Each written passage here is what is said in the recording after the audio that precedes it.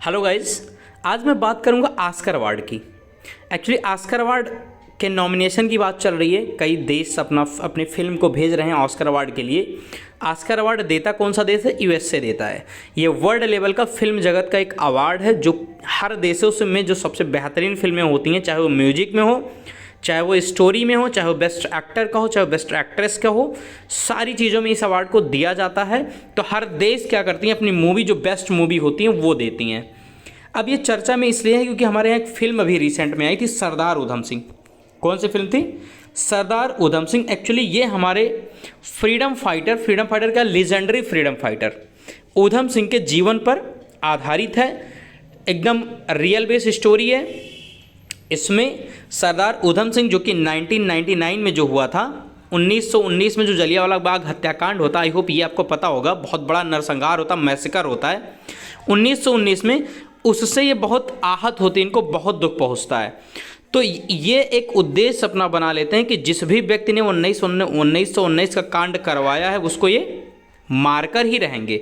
और फिर इसी पर बेस्ड पूरी मूवी है। फाइनली ये अंततः उस व्यक्ति को, जनरल ओडायर को मार देते हैं और इसी पर मूवी बेस्ड ट्रुथ। ये एक रियल बेस्ड स्टोरी है, रियल इंसिडेंट बेस्ड स्टोरी है।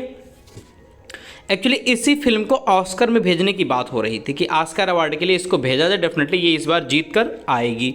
लेकिन जो हमारे यहाँ ज्यूरी होते हैं, ज्यूरी आप जान रहे हैं, जो ये चुनते हैं कि कौन सी मूवियों को ऑस्कर के लिए भेजा जाए और कौन सी मूवियों को ना भेजा जाए।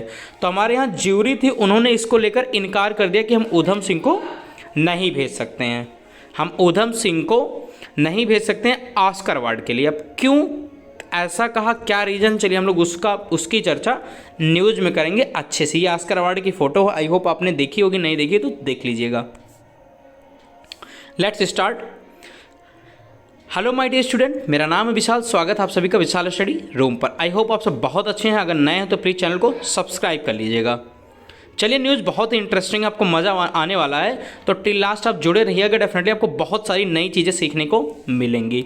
एक्चुअली हमारे यहाँ जो फिल्म फेडरेशन ऑफ इंडिया है, FFI, film federation of India, actually इसमें 15 मेंबर की एक कमेटी है, 15 मेंबर इसमें है।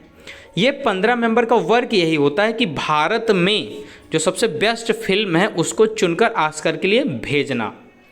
तो इसमें 15 फिल्मों का चयन किया गया था। इसमें कितनी फिल्मों का चयन किया गया था? 15। ये जो बेस्ट फिल्में थी भारत की, और इस 15 में से किसी एक फिल्म को कहाँ भेजा जाएगा? ऑस्कर अवार्ड के लिए। अब इसमें क्या हुआ, इन 15 फिल्म में सबसे ज़्यादा चर्चित जो फिल्म थी वो यही थी, कौन सी? आपकी उधम सिंह, जिसके डायरेक्टर कौन है? Sujit Sircar ji. It is the best director, बहुत अच्छे डायरेक्टर हैं सुजीत सिरकर जी। कौन है? सुजीत सिरकर जी। इसको बात हो रहा था कि एकेडमी अवार्ड उसका दूसरा नाम है ऑस्कर का, उसके लिए भेजा जाए।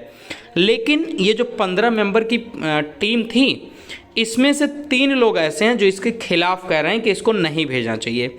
उसमें सबसे बड़ा नाम निकल गया है, बंगाली म्यूजिक डायरेक्टर हैं इंद्रजीत दास गुप्ता, इंद्रदीप दास गुप्ता। एक्चुअली इनका एक कंट्रोवर्शियल स्टेटमेंट आया है इस डिसीजन पर। किस डिसीजन पर? जब लोगों ने कहा कि उधम सिंह को भेजना चाहिए, तो उसी मूवी को लेकर इनका एक कंट्रोवर्शियल डिसीजन आया कि हम उधम सिंह को ऑस्कर अवार्ड के लिए नहीं भेज सकते हैं। देखिए क्या है, मैं बता दूं आपको।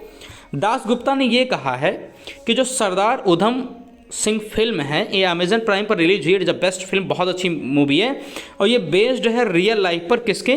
Legendary freedom fighter Sardar Udham Singh के। बेहतरीन, ये बात मैं आपको शुरुआत में ही बता चुका हूँ।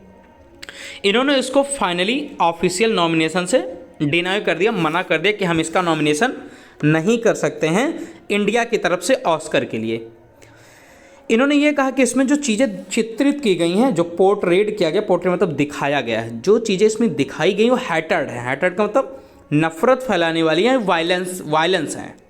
वायलेंस मतलब वायलेंस टाइप की मूवी है। वायलेंस दिखाया गया है ब्रिटिश के अगेंस्ट, इसमें ब्रिटिश के खिलाफ एक नफरत और एक वायलेंस को दिखाया गया। वायलेंस का मतलब खून खरामा या जो भी है, मतलब लड़ाई झगड़ा या एक दुश्मनी दिखाई गई है एक तरीके की ब्रिटिश के खिलाफ। तो इसलिए हम इस मूवी को ऑस्कर के लिए नहीं भेज सकते। ये उनका स्टेटमेंट है जो कि थोड़ा सा कंट्रोवर्शियल था और बहुत ज़्यादा न्यूज़ में था।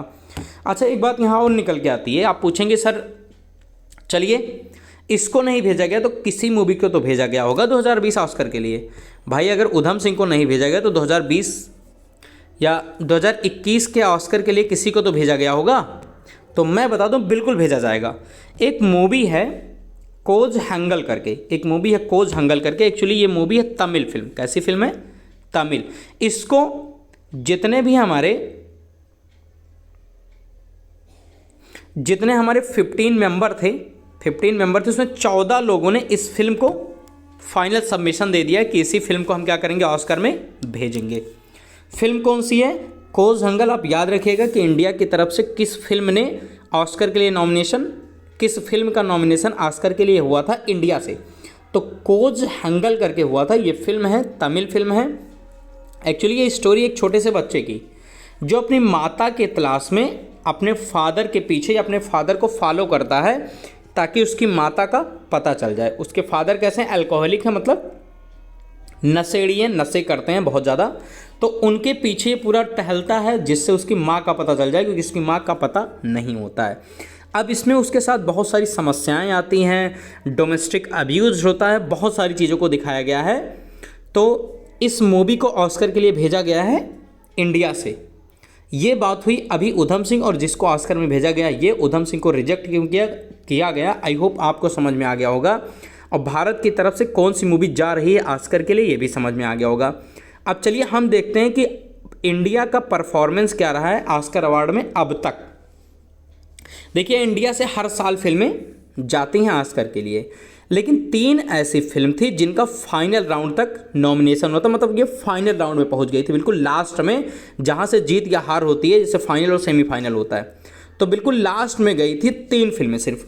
फर्स्ट थी मदर इंडिया, जिसका नॉमिनेशन 1957 में हुआ था। नेक्स्ट सलाम बॉम्बे, जिसका नॉमिनेशन 1988 में हुआ था। और लगान बेस्ट मूवी है 2001 आमिर खान की। 2001 में इन तीनों फिल्मों को नॉमिनेशन के लिए भेजा गया था और ये फाइनली फाइनल राउंड तक लड़ी थी, मतलब अंतिम राउंड, फाइनल नॉमिनेशन भी इनका नाम आया था फाइनल नॉमिनेशन में। लेकिन हम लोग के लिए दुखद रहा कि ये तीनों मूवियाँ ऑस्कर नहीं जीत पाई। और एक दुखद न्यूज़ ये है कि कोई भी फिल्म अब तक भारत की ऑस्कर अवार्ड नहीं जीत पाई है, कोई भी फिल्म। यही 3 मूवियाँ ऐसी थी जो लास्ट तक लड़ी, बट फाइनली लास्ट में जाकर ये भी बाहर हो गई, मदर इंडिया, सलाम बॉम्बे, लगान। अब तक कोई भी ऐसा प्रेस्टिजियस अवार्ड हम लोग नहीं जीत पाए। हर साल यूएस देता है annually, United State of America हर साल देता है, लेकिन हमने कोई भी ट्रॉफी अब तक इससे रिलेटेड फिल्म के लिए नहीं जीत पाए हैं। लेकिन ऐसा भी नहीं, आप पूछेंगे सर अब तक इसका मतलब ट्रॉफियाँ नहीं जीते हैं, ऐसा नहीं, हमने कुछ ट्रॉफियाँ जीती हैं, लगभग 5 ट्रॉफियाँ जीती हैं ऑस्कर की, जिसमें पहली ट्रॉफी हमारी किसकी हैं, जिसमें से फर्स्ट ट्रॉफी हमारी जीता था बेस्ट कॉस्ट्यूम डिज़ाइन के लिए भानु अथैया जी ने, as a first Oscar awardee from India. पहला ऑस्कर अवार्ड जीता था भानु अथैया जी ने। ये क्या है? कॉस्ट्यूम डिज़ाइनर है। इन्होंने कॉस्ट्यूम जो डिज़ाइन किया था, एक मूवी आई थी गाधी, ड्रामा फिल्म थी, हिस्टोरिकल ड्रामा फिल्म थी। इसके लिए इन्होंने, इसमें जो कॉस्ट्यूम इन्होंने डिज़ाइन किया था उसके लिए 1982 में इनको ऑस्कर अवार्ड दिया गया था। ये मूवी 1982 में आई थी। तो पहली Oscar award winner Bhanu Athaiya ji थी, जिन्होंने कॉस्ट्यूम डिज़ाइन के लिए पाया था। और कौन सी मूवी थी? गाधी। दूसरा ऑस्कर अवार्ड सत्यजीत रे को दिया गया था, ऑनरेरी अवार्ड था, ऑनरेरी मतलब सम्मान में दिया गया था। इनका फिल्म जगत में जो इनका योगदान रहा भारत के लिए, उसके लिए इनको अवार्ड दिया गया था ऑस्कर का। सत्यजीत रे को सेकंड अवार्डी थे फ्रॉम इंडिया। और ये भारत में फिल्म दुनिया के जगत माने जाते हैं, फिल्म के मतलब ये जो क्या होता है, जो भी फिल्म आती हैं उसके ये जनक माने जाते हैं।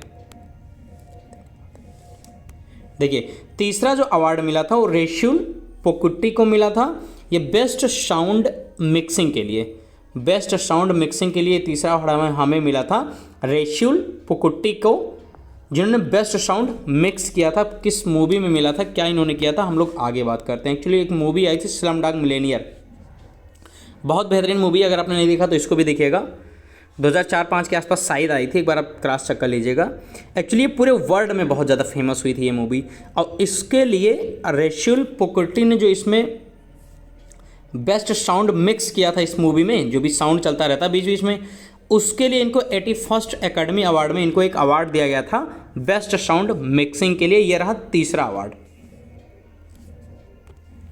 चौथा अवार्ड दिया गया हमारे ए.आर. रहमान साहब को बेस्ट ओरिजिनल स्कोर और बेस्ट ओरिजिनल सॉन्ग के लिए। ये दोनों अवार्ड किसको दिया गया? ए.आर. रहमान साहब को, जो कि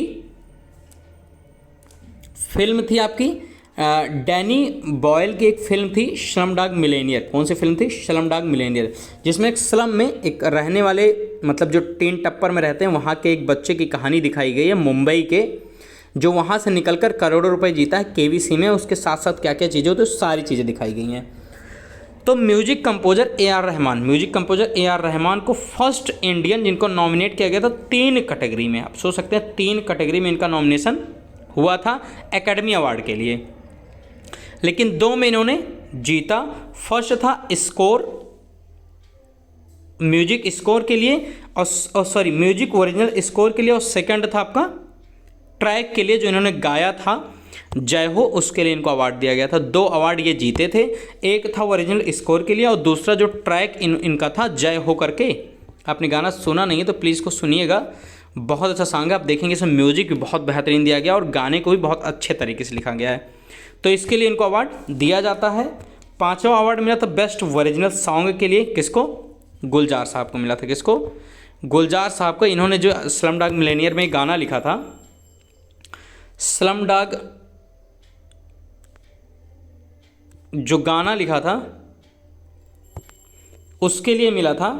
जय हो जो सॉन्ग था इन्होंने जो क्रिएट किया था ग्लोबली, उसके लिए ए.आर. रहमान को सेकंड ऑस्कर मिला था। एक्चुअली यही है, ए.आर. रहमान को 2 ऑस्कर मिला था। एक मिला था ओरिजिनल स्कोर के लिए, दूसरा मिला था जय हो के ट्रैक के लिए। जिस ट्रैक को लिखा किसने था? गुलजार साहब ने लिखा था। जिसके लिरिक्स किसने दी थी? गुलजार साहब ने। और बेस्ट ओरिजिनल सॉन्ग के लिए ये अवार्ड हमें मिला था।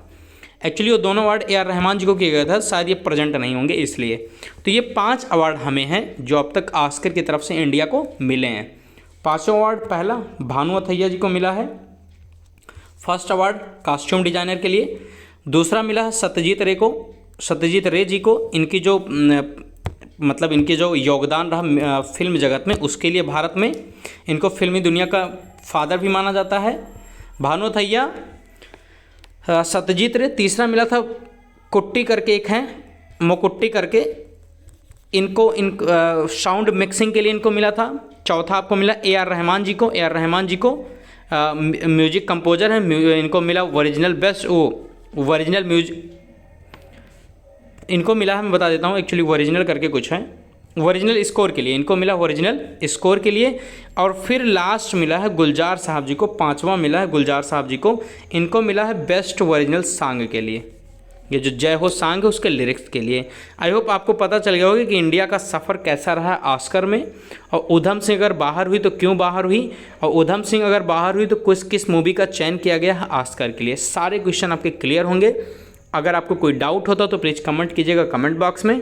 आई होप न्यूज़ इंटरेस्टिंग थी, आपको डेफिनेटली मज़ा आया होगा। थैंक यू, खुश रहिए, मस्त रहिए। This is Vishal Shrivastava signing of.